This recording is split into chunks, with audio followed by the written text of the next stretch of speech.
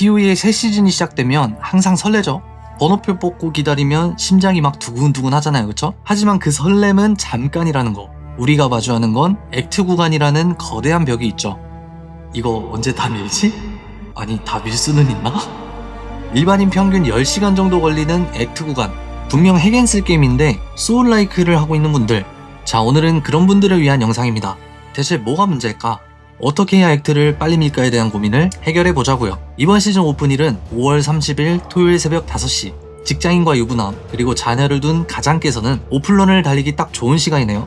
그치만 우리에게는 시간이 많지 않다는 거. 맘 같아선 하루 종일 집에서 게임만 하고 싶지만 현실적으로는 힘든 게 사실이에요. 지금부터 점수 따고 빌드업을 좀 해서 하루 5시간을 확보했다 쳐요. 그렇게 주말 이틀간 빡세게 액트를 밀고 딱 3일째 설레는 마음으로 매핑을 시작하는 이런 아름다운 계획은 개뿔. 3일차쯤 되면 상위 10%의 프로게이머들은 헤드헌터나 통과아래 같은 사기템 둘둘하고 커런시를 미친듯이 쓸어담고 있어요. POE는 인플레이션이 뚜렷한 게임이에요.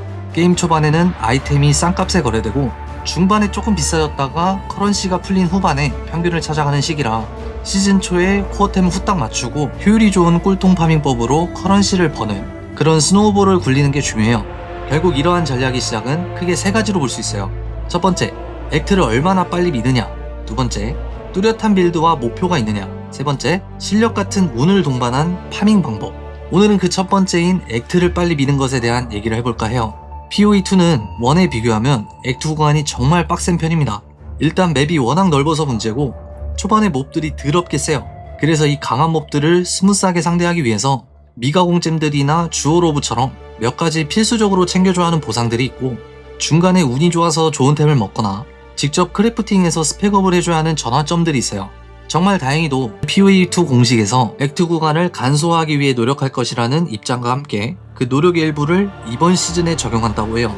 맵 크기를 줄여달랬더니 달리기를 만들어준 나다니 형의 고집이 살짝은 꺾인 것 같죠. 특정 지역을 나타내는 현상이나 이정표로 길을 안내하고 NPC에게 말을 걸면 미니맵을 밝혀준대요. 막 엄청 드라마틱한 변화는 아니지만 그래도 반가운 소식이죠. 이제는 그나마 길을 헤맬 시간이 조금 줄었고 다른 것에 신경을 쓸 여유가 생겼다는 게 중요합니다. 저는 최근에 유명 스트리머들의 오픈런 영상이나 스피드런하는 영상들을 많이 봤는데요. 아니, 이 양반들은 대체 어떻게 저렇게 빨리 미나 해서 궁금해서 좀 봤죠. 근데 이 사람들은 길을 외워요. 어디에 뭐가 있고 어떤 보상이 있는지 다 외우고 필요한 동선으로만 가. 심지어 보스를 잡고 템을 드롭하는 딜레이 시간까지 쓰기도 하고 체크포인트를 이용해서 긴 대사를 스킵하고 길막해서 보스 패턴을 무시하는 이런 잡기술을 쓰더라고요. 가장 중요한 건 마을에서 오래 머물지 않는다는 점인데 진짜 필요한 보상을 받거나 상점을 한번 쓱 보는 것 외에는 마을에 머무는 시간이 없어요. 그리고 액트 단계에서의 장비는 거쳐가는 것일 뿐 뭐가 더 좋을까에 대한 고민을 안 해요. 그냥 레벨 높고 방어 수치 높은 장비로 그때그때 갈아 껴주고 플랫딜이 붙는 무기, 장갑, 반지 정도의 신경을 좀 써주면서 액트 중후반에 저항을 챙겨주는 식이더라고요. 근데 중요한 건 그냥 막 갈아 끼는 건 또 아니에요. 정확한 타이밍이 있어요. 빌드마다 스펙업 타이밍이 조금씩은 다르겠지만 공통적으로 상점에서 파는 베이스의 단계가 올라갈 때 스펙업을 하더라고요. 물론 액트를 진행하던 중 운으로 템을 먹을 순 있어요. 근데 대부분의 경우 상점에서 뜨는 베이스에 쓸만한 옵션이 붙으면 그걸 크래프팅해서 쓰는 식으로 스펙업을 해요. 이런 이유 때문에 정규식을 이용해서 필요한 템만 빠르게 확인하는 거죠. 이전 무기에 비하면 엄청난 스펙업이죠. 그리고 다른 장비에는 과하지 않지만 과감한 크래프팅 한 스푼까지 어차피 창고에서 썩히느니 조금이라도 강해지기 위해 커런시를 투자해주는 게 포인트입니다.